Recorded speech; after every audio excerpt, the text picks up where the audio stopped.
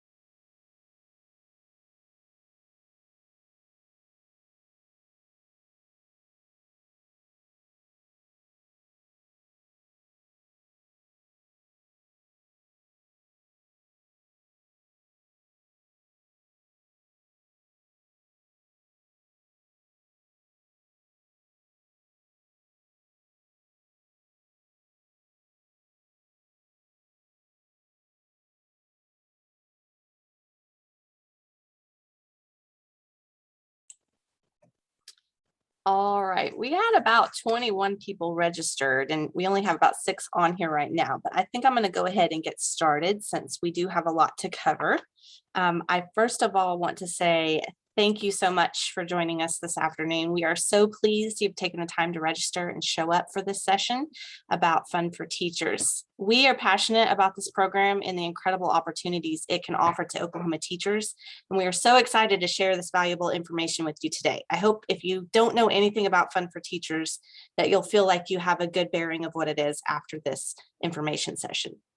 Normally this time of year, I am out presenting this information in 5 or 6 locations across Oklahoma. So this year it looks a little bit different. So bear with me.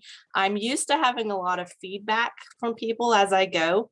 So the pace of this may be a little different if you've been to one of our sessions before. You may have noticed when you entered the webinar that you are muted. I do this to keep noise and distractions at a minimum so we can keep going, but I am used to the steady flow of feedback, so I want to hear from you. So I heartily welcome any and all questions. We're just going to have to do it through the question and answer box that is at the bottom of your screen. If anybody has any problems with finding that, let me know. You'll just type in your answer and I'll get to it when we can. I'm also going to try to take some breaks after each little section to answer any questions if anybody has as we go. So I am ready to roll and I'm looking forward to teaching this to you guys tonight.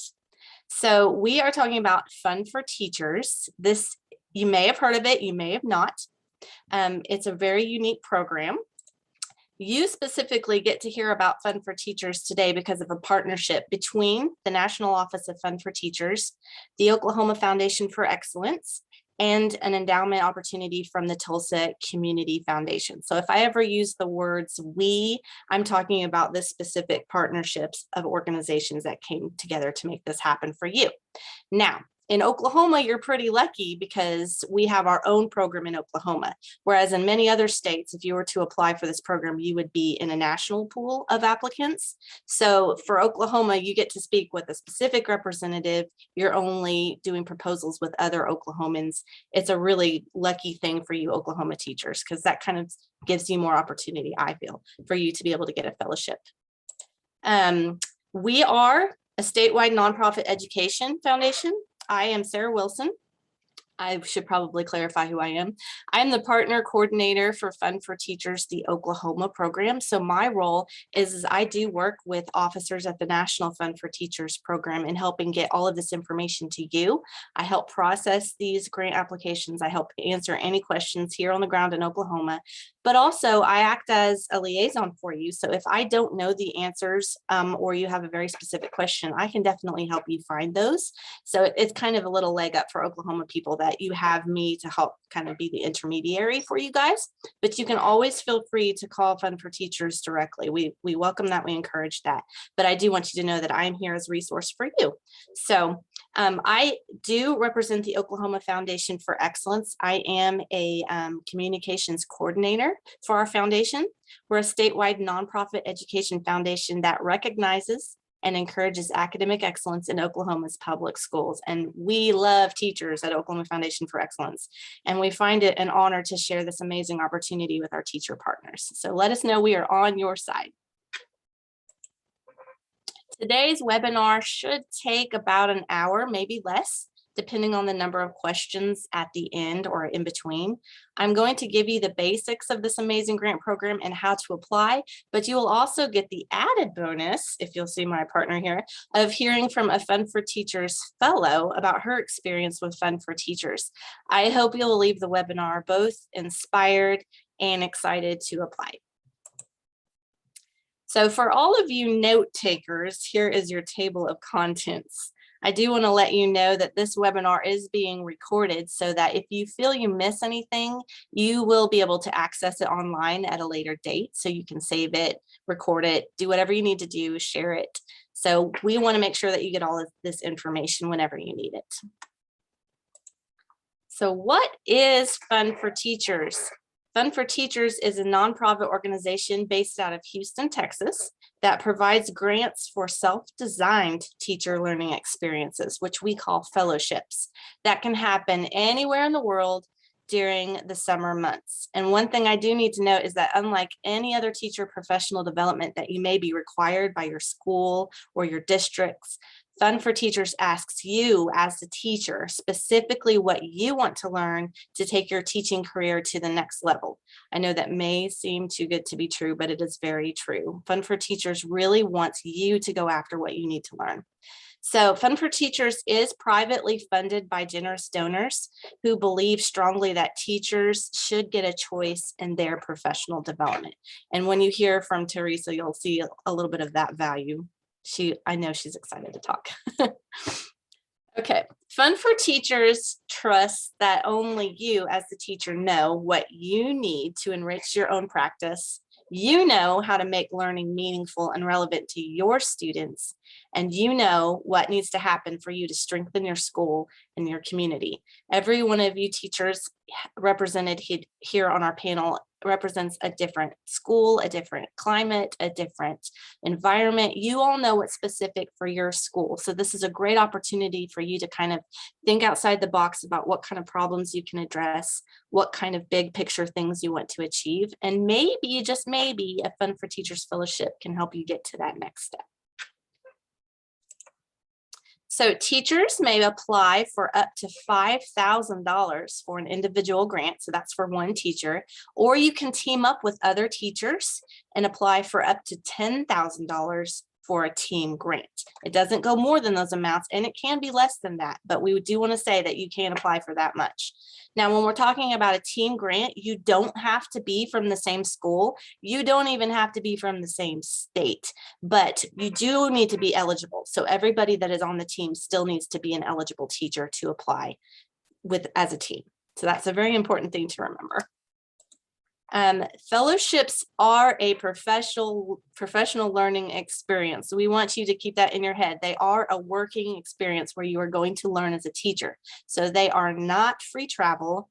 They are not a classroom supply fund. Fellowships are not a grant to complete college credit or professional licensing. So we're going to put that out there right up front, that the whole point of a fellowship is for you to go on a grand learning adventure, following what you need to learn to make your classroom a better experience for everybody. So to apply for a fellowship, you must propose your learning opportunity through a structured online application portal. And I'm going to show you all of those steps after we talk with Teresa. I'm going to show you all of those. And then proposals are then processed through a blind selection process. And what I mean by a blind selection process is that we have a very special committee made up of experienced professionals, volunteers, and fellow alumni from all over the state with various backgrounds who have been trained on the selection process. There will be no identifying information on your proposal. There should not be.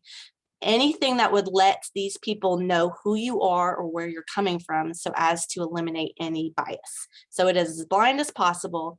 And another thing you should know is that they're not all teachers. So when you are structuring your proposal, you will be speaking, basically, you'll be putting out your proposal to people that don't know anything about what you do or what your goals are. So we want you to be very clear with your proposal. So keep that in mind. The highest quality proposals, meaning the ones that are the most clear in their objectives, that have been well thought out, well planned, have the probability of becoming fellowships. The number of fellows awarded fellowships also depends on funds available. Some years there's more funding available, others there's not, but we do our very best to make those high quality ones come up top. And if there are some funding left over, we will still try to award as many fellowships as possible. As I mentioned, Oklahoma teachers are lucky because the pool of applicants in Oklahoma are much smaller than on the national platform, but the selection committee will still be looking for the strongest proposals that present the greatest amount of potential impact. So I hope that makes sense to everybody at the get-go. We're going to talk about eligibility right up front because we don't want you to spend a lot of time researching and planning a proposal just to find out you're not eligible. So we want to value your time, and we want you to know up front what's expected. So you are eligible if you are a full-time pre-K through 12th grade teacher who spends at least 50% of your time in direct instruction to groups of students. I know this can look different for different teachers who have different roles, like school counselors or other kind of things. So if you have a question about this specific eligibility requirement, you can contact me or the national office and we can help you figure out if you meet that benchmark. You are also eligible if you are returning to the classroom the year following a fellowship. You have at least 3 years teaching experience by the time of your fellowship, which is in the summer months, and you have not received a fellowship within the last 5 years. If 5 years have elapsed since you've had a fellowship, you are welcome to apply again. We encourage that. Administrators may not apply. This is specifically for teachers, and nor may they act as the partner applicant. They may be able to help you plan and approve what you do, but they cannot be a fellow. So I'm going to give you some nuts and bolts of what a fellowship is, and then we're going to let Teresa talk, okay? Dreaming and planning your fellowship. This is an exciting part here. We get to kind of delve into what it means. Every day you ask your students to take risks and push beyond their comfort zones. As a teacher, when was the last time you did this for yourself? That's something you really need to think about because that is the whole point of these. We want you to go after what you need to learn. So here's some things to think about. What do you want to learn? How do you want to learn it? Where will you go? And what will you do with your new knowledge? There are lots of opportunities to see what other fellows have done. So it will give you some planning ideas. So I will show that to you in a little bit. But for instance, if you need kind of a teaser about what to plan for, say, for instance, a Kansas teacher used a grant to record a series of learning songs in French at a local recording studio. That's what they used their funds for. An Oklahoma teacher used their funds to visit Zimbabwe to learn how to play the music of their culture for a special unit on African music at her elementary school. Another idea is an English teacher visited sites of Japanese internment camps during World War II, from Hawaii to Washington, all over the place, to support a unit on the experience of Japanese Americans during the war. As you can tell, there's anything and everything in between what you can do. The sky is the limit. So here are a couple more ideas. You can do a conference or a professional training. You can do research or data collection. You can meet with professionals and specialists, experts in a certain area about something you teach. You can work on a special projects with somebody or an organization that you support with your school, or you can do on location and immersive experiences. Here's a picture of that teacher actually that visited internment camps. And I think this picture was taken in Washington. Sky's the limit. Here's a screenshot of the online learning center. This is actually on the Fund for Teachers website. This is a really cool site and it's kind of new. It's probably 3 or 4 years old. And everything you might need to plan your fellowship can probably be found here. So if you want to look at a project search to get ideas for what other people have done, you want some specific grant writing tips, there's project timelines, there's the scoring rubrics, the very rubrics that the selection committee uses. They're on that site. So you can see what they use, what kind of get an idea of what they're looking for. And there's also some interesting thought exercises you can look out to help you plan out loud or with another teacher about what you really want to pursue and do. So now that you know what a fellowship is, let's switch gears for a minute. I'd like to introduce you to two-time Fund for Teachers Fellow, Teresa Potter, who is currently with Putnam City Schools. Hi, Teresa. Let me unmute you here. There you go. I'm so glad you. Hi, everyone. So Teresa, tell us a little bit about your current position and your role right now. Sure. Currently, I'm not eligible to apply, and that makes me sad, but I'm excited to help all of you because it's such a wonderful opportunity. I am currently an instructional coach at Kenneth Cooper Middle School. So I've told all of my teachers at our school all about this wonderful program, and I hope some of them apply. That I bet with your enthusiasm, that will be hard to resist. So, Teresa, let's talk about your experience as a fellow and what that has meant to you in your teaching career. Well, both of my grants that were awarded to me came at a time maybe where my motivation was low. And so, and the one had come right after my husband came back from one of his deployments. So it just gave me that extra boost that I needed as the teacher. And my very first grant that I wrote because I was going to be in a new position as a gifted education teacher, and my daughter was going to be in my class. My daughter was really big into theater, so I wrote a theater-based grant. And then my second grant that I wrote, our district was really pushing towards us teaching a lot of STEAM-based projects or STEM-based projects in our classroom. And so that second grant was a STEM-based grant. Awesome. So they were very different experiences, both of them, I'm sure, but you obviously got to choose what you wanted to do. So that was a major plus. How did your fellowships affect your teaching practice when you returned? Well, I was able to bring back all of the pictures and videos that I had put together, and I put together a video for my students. And of course, with the very first one, I went to Greece, England, and Italy the very first time and studied ancient theaters. So I was able to go to a variety of different theaters, like the Theater of Dionysus in Athens, the Theater of Epidaurus, and the Theater of Delphi. So when I came back, I brought that theater experience to my classroom. I brought the stages into the classroom and we tried to recreate that like theater that was built into the side of the mountain, the round theater. And we decorated our classroom and would invite other classes to come and see the performances that my students put on. All of my students picked a special topic that they were interested in to learn more about Greece. So they were, doing a lot of hands-on learning. One of my students picked food and drink and brought in grapes that the class stomped. So awesome. To recreate stomping the grapes and making it into, drinking grape juice and wine. So that was very cool. I couldn't believe she got that many grapes, but it's that self-motivated learning or being able to pick the topics that they were interested in, and just they just loved it. So, and then my second one, where I went to Ireland, I had just always had this passion for whatever reason to go to Ireland, and I had written my grant several times based on my strengths, teaching literature, history, and art, and was turned down. So all of you that are thinking about it, if you get turned down, don't get discouraged, keep trying again. And so I was talking to one of my fellow cohort teachers who said to me, well, have you thought about doing it on wind energy? Because I had been to several professional developments on wind energy.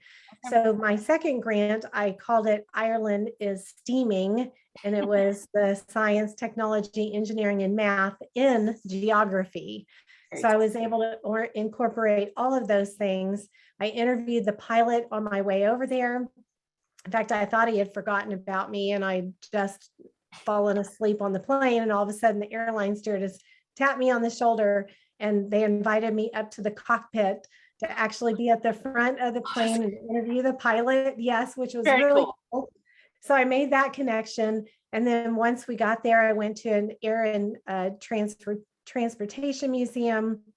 I was able to go to the Giant's Causeway and the Cliffs of Slive Leak and the Cliffs of Moher, and then to several wind farms there. I interviewed people about, living near wind farms. So they were just the best experiences. And then I was able to bring more of that back to my classroom as well. We did experiments with winglets on airplanes and also got really involved in wind energy experiments and invited people to my classroom as a result of that. So both of those were very exciting trips, and I was able to bring back those experiences to my classroom and hopefully motivate my students. I know my students talked about those special projects that they did for a really long time. And I had one mom reach out to me because her son had won the national or competed in the National Geography Bee. He didn't win it, but he actually cool. got to go to Washington, D.C. But she credited me and with all of the geography that I had done in my classroom based on these grants that I had gotten. So that was a really cool thing to know. So I hope that I inspire them to learn more about our world and maybe one day travel themselves. I love that you have said that about your students, because whenever I talk to a lot of fellows that have gone on their trips, they have always said that even though they themselves got such a big experience and a wonderful positive thing out of this, their students were just as excited, if not more than they were, about what they were learning. And it just made this ripple effect that just kept going and going and going. So I love that you said that. Thank you. So what advice would you give to all of our attendees here or anyone else considering applying for a Fund for Teachers fellowship? Well, the first thing I would say is to just really pick a place that inspires you as a teacher that you've always dreamed about going. And then that inspires your teaching as well, because you definitely want to go someplace that not only inspires you, but also that you can bring really exciting things back to your classroom. The second advice I would get is, if you're not working with another partner as a team, to make sure you get someone to read over your grant as you're writing it. That's really important, because as good as we are at writing, we always miss things. I'm notorious for meaning to type the word they, and I have the. So, and of course, spell check doesn't catch everything that you do. So make sure that you have a reader. My librarian, or the librarian that I used to work with, told me I was the comma queen. So she would X out all those commas. And then lastly, make sure that you use the rubric that's provided for you, and just go through. And once you feel like you have it finalized, go through and double check with the rubric and make sure that you've included everything that you need. I know that was really beneficial to me, and I would find myself thinking I'd finalized it and then go back through the rubric, and it was like, oh, I need to do this and I still need to do that. And so that final draft turned into a not so final draft. So those are my 3 big tips that I would give. And I apologize if you keep hearing a bell. My cat keeps jumping in my lap. Every time I get on a Zoom meeting, she wants to join us. That's hilarious. I love that. I'm so glad you said something about the rubrics, because I feel like the rubrics are kind of like that secret weapon that you don't really know about when you're applying, having not gone to an information session. So I'm so glad everyone here is hearing about the rubrics, because having been in selection committees, and I can't select myself, but I can watch what's happening. The selection committees really do go by those rubrics, and they answer all the questions and see if what you put in your proposal matches up with that. So that is kind of the secret weapon on writing a well-structured proposal. So I'm so glad you said that. Well, yes, and also making sure that you really plan out that budget as well. Yes. I found, with my very first trip going to Greece, I found that it was actually easier after I did some digging around it was easier, or I'm not easier, cheaper for me to take the 10-day Greek island tour and then go to Athens and the theater places that I wanted to go to, Yeah. which I could go to some of those theaters from those Greek islands. But, of course, who doesn't want to go to the Greek islands? Oh, So bummer. I Yeah. know, right? So that was really the cheapest option for me instead of flying into Athens, Greece, Right. and experiencing the ancient theaters. And then, just if you're going out of the country, checking different cities as well. After I went to Greece, I flew into Italy and I wanted to go to Venice to take a mask making course for that theater project. Yes. And I Mhm. found that it was cheaper to fly into Milan. So I went to the famous Alla Scala Theater there, the opera theater. Very cool. And then I went to Venice. So sometimes, beautiful things happen along the way Right, because right. you're doing all that research on your budget. Right. And that is a really important point. And we find that most fellows, when they start planning their fellowship, they get to experience things they never even thought they would get to because they're finding all these different ways to make it happen, maybe going through another city or having another experience while they're here. And it just becomes this beautiful, crazy, fun adventure. So that is another major perk about this program. Yes. So I am going to actually open up the floor. Well, we can't hear them, but if anybody has any questions for Teresa for a couple of minutes before she has to sign off, now is the time. We have a question and answer box down at the bottom. All you do is type in your question and we'll see if we can get that answered for you quickly. We'll give you about 2 minutes to write your questions or less. So Teresa, while they're writing their questions, or if they have any questions, is there anything else you want to add that that potential fellows need to know about the application process? It takes several months. So waiting until January probably isn't the answer. It really does take quite a bit of planning and research. Along the way, just to, if you're going to a conference, that's one thing that's not as difficult to plan. But when you're talking about going out of the country and just really hitting those things that you can bring back to your classroom.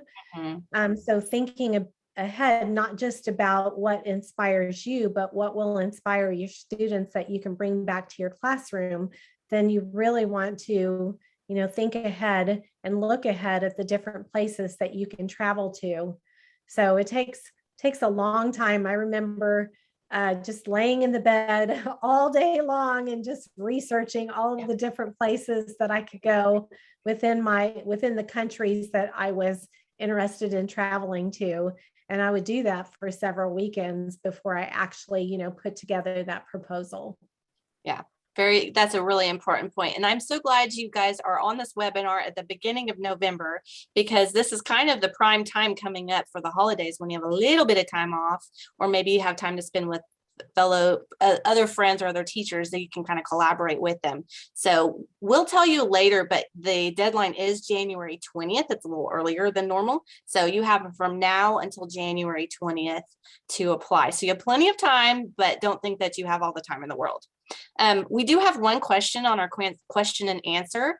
Brenda asks, did you purchase items to take along, such as a camera or recording device? Sometimes you can include those in your funds, like you can put it as one of your expenses in there, but you do have to have evidence in your proposal that those items do support your learning experience.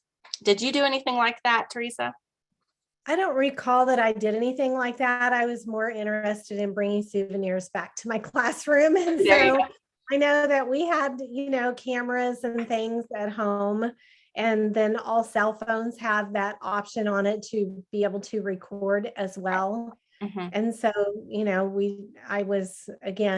I brought back theater mask from Greece I actually snuck a suitcase on the plane because I was overweight. That's back when you could get away with more of that kind of thing. So it was, I know, right? I had Greek vases in there, Wow. vases, mask in there, and just Mhm. all kinds of neat things that I was able to bring back to my classroom and have kind of like a museum experience Mhm. for my students. Yeah. So, and then when I went to Ireland, I met an artist and I wanted my students to be inspired and do portrait drawing. So I purchased one of her paintings there in Ireland to bring back to my classroom to show. She was actually from South America and she had just been inspired so much by the people of Ireland that she had moved to Ireland, but she had her artwork was a portrait drawing, but it had that South American influence of really bright colors.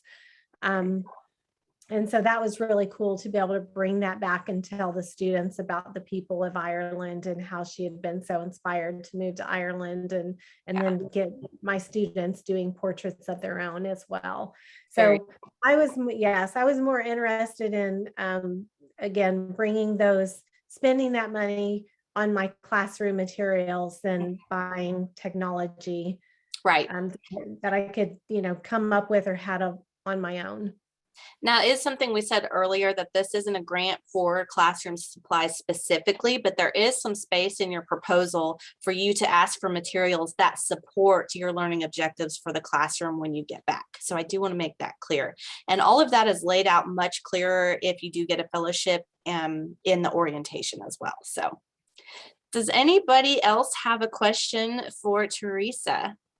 I think we've all given you guys a chance to do that.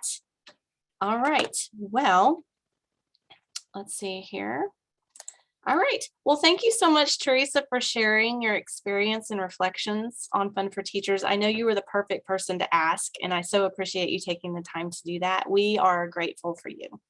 Thank you so much. And I hope I've inspired some of you to reach for the stars, because the sky is the limit, and you will, if your proposal is accepted, you will absolutely have the best time and, be inspired as a teacher when you come back to your classrooms.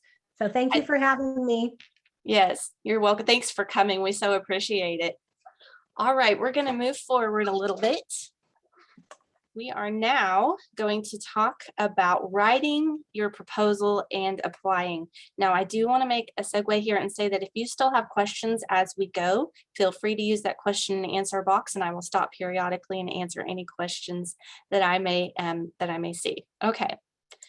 So writing your proposal and applying, I hope that Teresa's adventures inspired you. I know that it's a lot to wrap your head around what this really means. A Fun for Teachers proposal is not for your average teacher.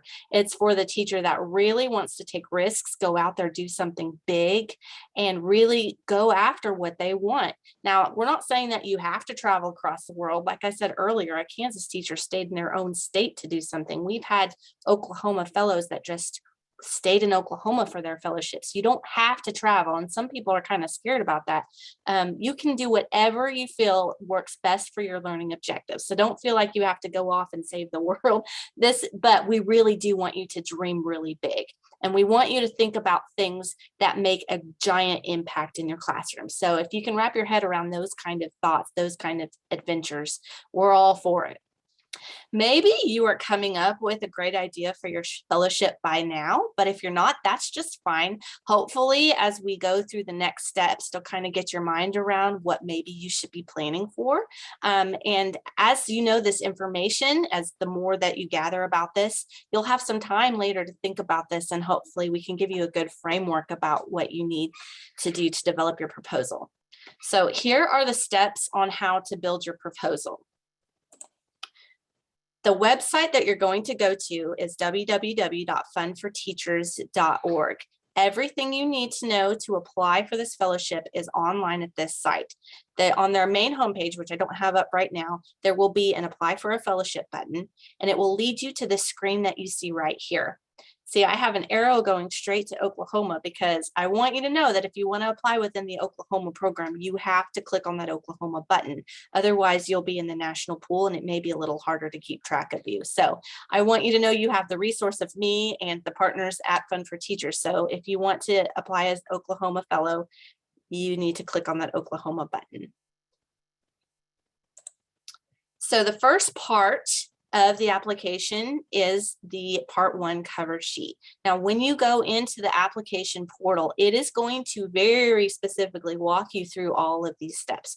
There will be an outline that looks kind of like this online, and it's going to lay out everything you need to know.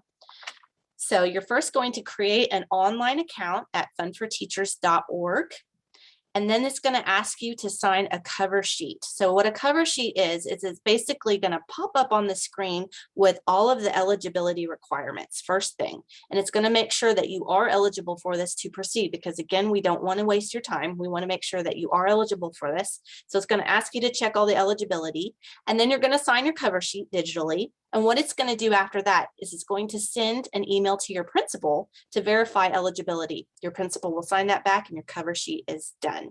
So the eligibility must be confirmed first, and then you'll sign off.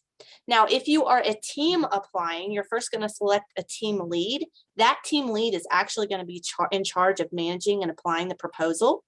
But every team member that's in that team will need to do their own cover sheet. So everybody's going to need to create an account and submit a cover sheet. And if you are a team, it will show you where to check the box and make sure that you all stay together. And again, we are here for you this whole process. So if things get mumbly jumbly, just reach out to us and we'll help you figure it all out. Noted, the team lead cannot advance past the cover sheet. They cannot continue with the application until all members on their team have signed their own cover sheet. Okay, so that's a very important step. Also in the cover sheet is the project description. And this is a really important but tiny piece of information here. The project description is a 1 to 2 sentence description of what you plan to do on your fellowship. So here's an example right here. This is Donna Grottle here. She was one of our Oklahoma fellows. She's been 2 times to Kenya. Her original project description was to establish relationships with multiple schools in Meru, Kenya, to develop an interactive partnership empowering Oklahoma students to realize that with proper education, they can solve many of the world's enormous problems one step at a time. Now, if you were on a selection committee and you saw that project description, you would be intrigued right off the bat, wouldn't you? We want impactful statements, but we also want to know that it's very clear what you hope to do. So that may take some time to tweak. If you're on a team, work together on making that happen. If you're on an individual, maybe we can connect you with another fellow or another teacher who can help you kind of think that through and make it very clear. But your 1 to 2 sentence project description will be part of the cover sheet process. So have that in mind, that may be one of the first things you write, or you can even plan your proposal first and come back and write that. But it is a very important piece because it's going to be what represents your account. Tell what you are going to do, where you will do it, and why. The more compelling your description, the better. So now we're going to move on to part 2, proposal and budget. I do see we have a couple questions here. Let me check on that. Can you go back and edit your program description later? Thank you for that question. Yes, you can, but I will tell you that in a few minutes, I will tell you that we really prefer that you do all of your planning in a Word document before you even apply, but you can go back and edit your project description. Yes, that's a great question. But you have to have an account. If you haven't created your account, you won't be able to go back and access that. Thank you for that great question. All right, any more questions? Okay, we're going to get back to it. So the next step is part 2, proposal and budget. It will let me, here we go. So this is kind of the main meat of the proposal process here. It consists of 6 to 7 sections, and I say 6 to 7 because it's possible that Fund for Teachers combine 2 of the sections. So be expecting somewhere between 6 and 7 sections. And they should articulate creative, thoughtful activities or projects that demonstrate potential for learning for 3 things. Keep in mind, this needs to be learning for the teacher primarily, Also, they want to see that this is going to change student learning, and they also want to see what kind of impact this will have on the school community or larger. So the selection committee will be looking for those 3 tiers: teacher learning, student learning, and community learning. Now, you heard us talking earlier about the scoring rubric. This is the document that really kind of helps guide the selection process, but it also helps you really think through your plans for your proposal, and it helps you put into very good terms what you are planning to do. So it makes it clear for everybody. The scoring rubric, every section of it, they're all weighed evenly in the rubric. So one part doesn't weigh more than the other. One part's not more important than the other. So the selection committee is looking that you have thought carefully through every single section, and they will really be paying attention to that. We do highly recommend that you refer to the rubric as you write your proposal, and I'm going to show you a rubric in just a second. So all of the applications are judged against the scoring rubric, like we said. It can be downloaded within the application guidelines, which is that website I showed you earlier. It is right off the Fund for Teachers homepage.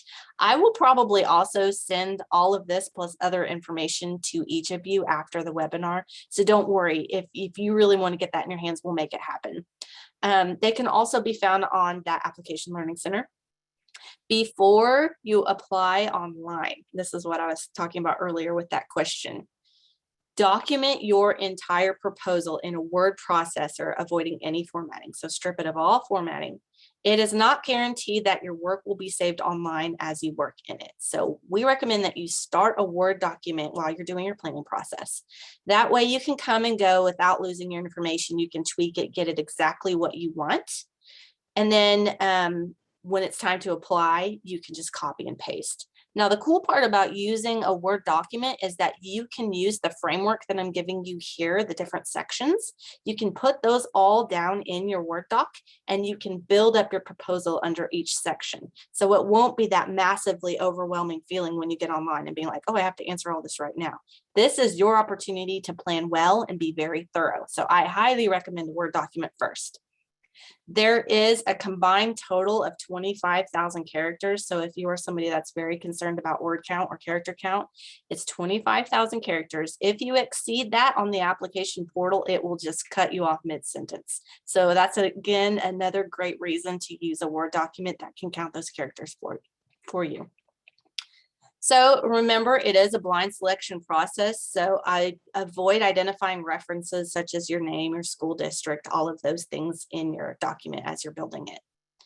So I'm going to show you what the rubric looks like. Isn't this exciting?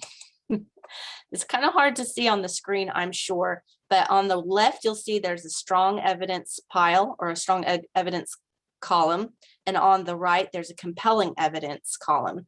We really want to make sure that every section in your proposal answers the questions or the suggestions in the strong evidence section. This is the very document that the selection committee is going to use. So we will make sure you have a copy of this. When you do your application process in your Word document, just have this on the side. And as you write each question, you can be like, well, does this use data or stories to paint a picture?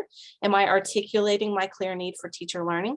It's a really great way to be thorough and organized in your plan. So I highly recommend having the scoring rubric here. Now I am going a little fast, so I'm going to stop and answer a couple of questions I see right here. Oh, I think that is all the questions. Those were duplicates of earlier, so that looks good. Okay. Any other questions before we proceed? All right. So the next section of part 2 is the fellowship and rationale and purpose. So basically in this section, you want to be as clear as possible about what you need to learn and why. Some of the things you can think about in this section are describe what you know about your students, their backgrounds, their assets, and their learning challenges. You can even explain what are some of the things they are going through, maybe a little bit about their culture. Just be careful not to give any identifying demographics away of that. Describe the gaps that exist in your own practice, curriculum, or school culture. So for instance, a gap that some special education teachers had recently was They didn't know how to address some of their students in the classroom to get each of their students an individualized learning plan. They saw the classroom as a whole, but they didn't know how to reach certain students. So they did all the research and found out that there was a hands-on learning conference for special education teachers that they could go to and come home with a whole skill set about how to reach different kinds of students at different developmental levels. And the things that happened when they came back were so amazing. I hope someday you can hear their story. So that's a good idea of what a gap is. Maybe you have students that are not very strong in a certain kind of math or certain kind of English area. You can go to a conference or talk with a professional in that area. There are people that go to the Columbia Reading Institute to help with some of their reading proficiency in their classrooms. Again, the sky is the limit. So those are some gaps that we can think about. Also, you may be thinking about a problem in your classroom. Is there a problem that you need to solve? Something of that nature. Articulate your learning goals in a way that connects them to the opportunities and the gaps identified. So this is the meat of it. This is why you're doing it and what you want to do. The next section is your fellowship learning plan. So here you will outline specific details of your summer learning experience. So this is kind of the 5 W's of your plan in this section: the who, the what, the when, the where, the why. This is what you have done all the research for. This is where you're going, who you're connecting with, what you're planning to do while you're there, and tying that all back into your learning goals. So here you're going to want to lay out your proposed activities. You're going to align them with what your students need and how you think that will work out. You're also going to describe how you will collaborate with others to support your learning. So this is the part that's going to require probably more of the planning, the day-to-day things that you plan to do on your experience. The next section of part 2 is teacher growth and learning. How will your fellowship build your content knowledge and strengthen your instructional practice? So as you heard Teresa say, she wanted to use that experience with the theater to learn how to bring her theater students new experiences that were fresh and engaging and exciting. So this is the how part. So what are you going to do and how are you going to achieve your goals here? So maybe a question to ask is, what key actions will you take to make sure that you can maximize your fellowship learning? And what are you going to do to be able to implement your learning into the classroom? The next section is student growth and learning. So again, this is the second part of that 3 tiers. After teacher, we want to know about student growth. And the exciting part about this is it kind of comes naturally after the teacher has gone and learned all these amazing things and brought back this wealth of knowledge. The students can't help but just grab on and gravitate toward it. And it's really exciting to see what happens. So describe the impact you hope or you expect your fellowship to have on your students. This is a really fun section. So describe any opportunities for students maybe to take leadership when you come back with the new knowledge that you have or the new knowledge they've learned, and maybe ways that they become change makers or community leaders within their schools. This is a really fun area to think about. This is kind of the what now section.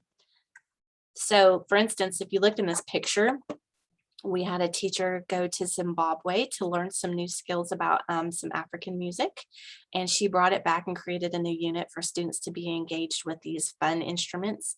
And it is still an exciting thing for students about 15 years later. It's just, that just keeps going and going and going. The students get excited about the music, they get excited about being involved and having new skills. That's the kind of impact your selection committee is looking for. So benefits to school community, this one may be on your application portal. It may be combined with student learning. I think they may have changed that, but this may be a question that they ask. How do you plan to incorporate your community into your fellowship experience? If you see these teachers right here in this picture, they actually went and studied with some physics professors at theme parks, local theme parks, about the dynamics and physics of roller coasters, and they brought it back as a new unit to their classroom. And they actually had a roller coaster night for the students and community, for their parents to come and see the roller coasters they've built and try them out. That's a pretty cool experience. So here you will describe the possible impacts you expect your fellowship to have on your community. And that will evolve as you write your plan. You'll be like, oh, what if we do this? Or even as you're engaging with other teachers, they can help you think about, well, our community really needs to see this, or what if you did this? So this is a fun part to plan too. I do have a question from an anonymous person right here. They're asking, is there a sample of completed application? Oh, is there a sample of a completed application to see what a successful application looks like? There are plenty of those samples on the Application Learning Center. And if I can get my hands on a more recent one, I'll pass that on to you guys as well. Yeah, that'll be a great tool for you to be able to see what's expected.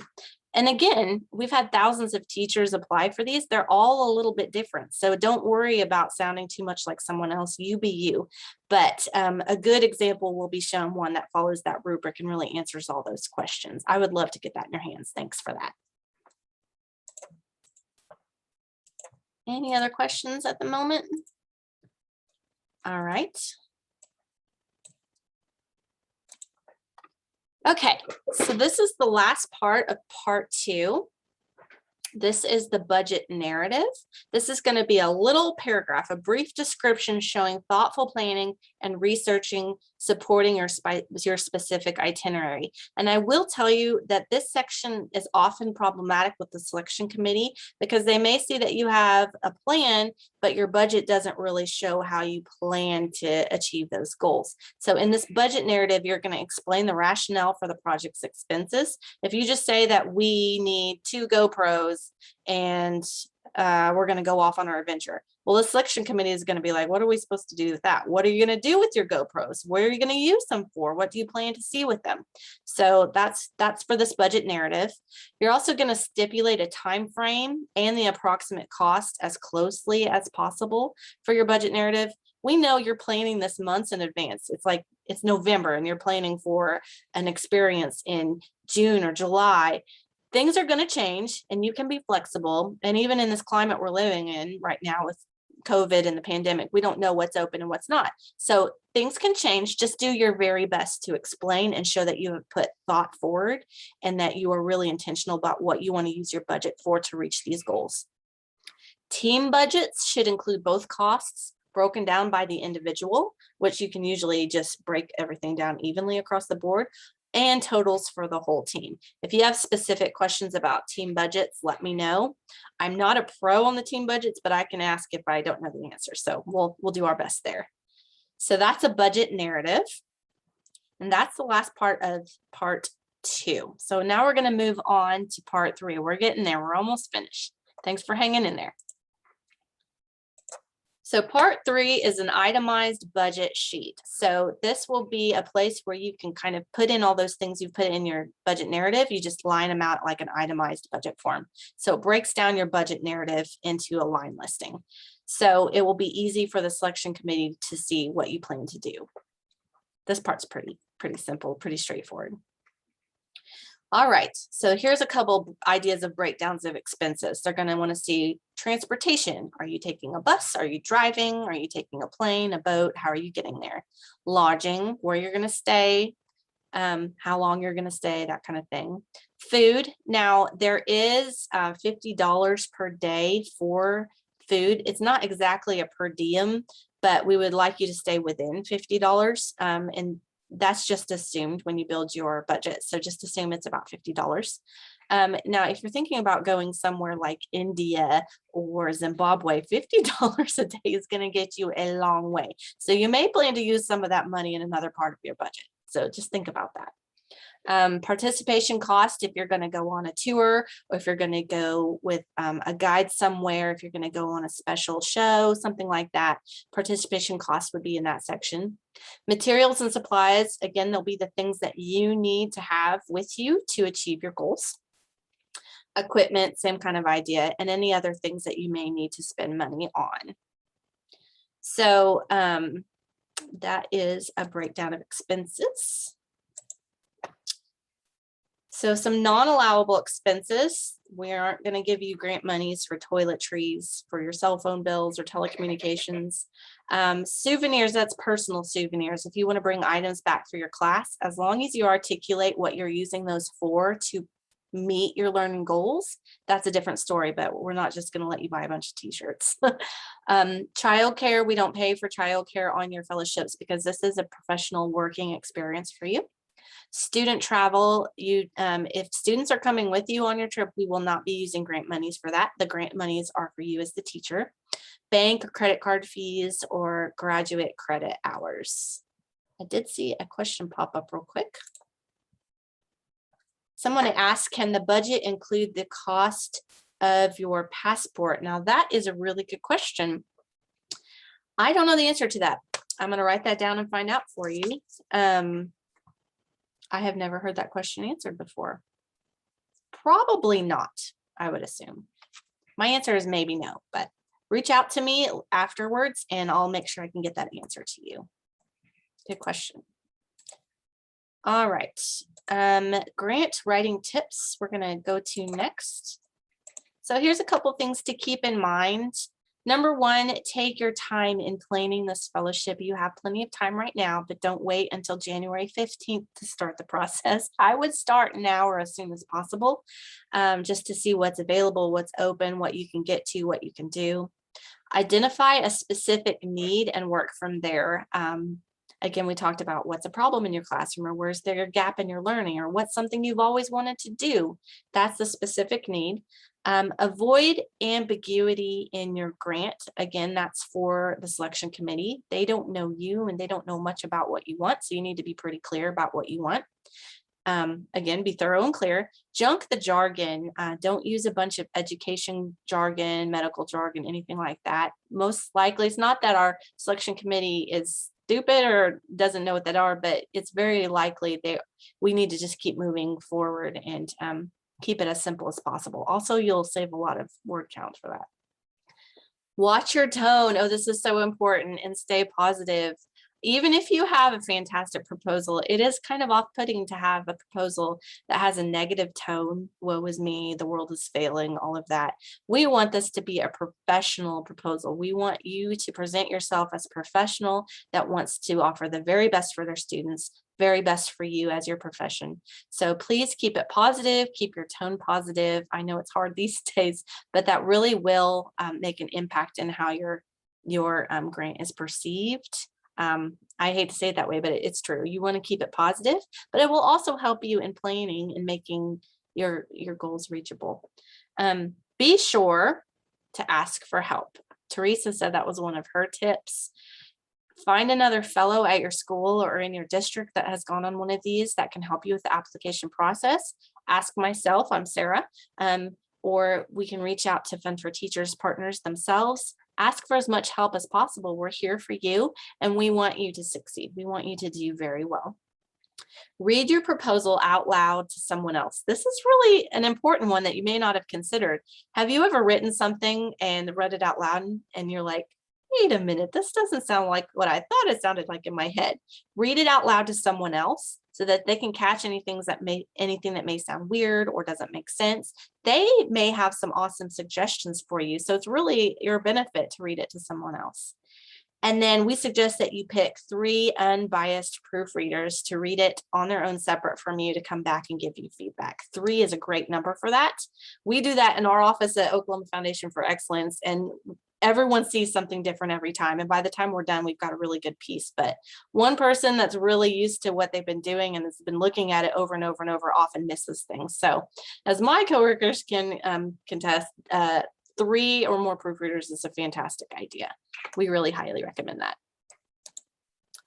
So we are at the next steps phase. So what happens after you've created your online proposal? So we've made our Word document where we've planned everything out. And we've written in all the sections. We've judged it against our scoring rubric to make sure everything matches up, everything answers the question.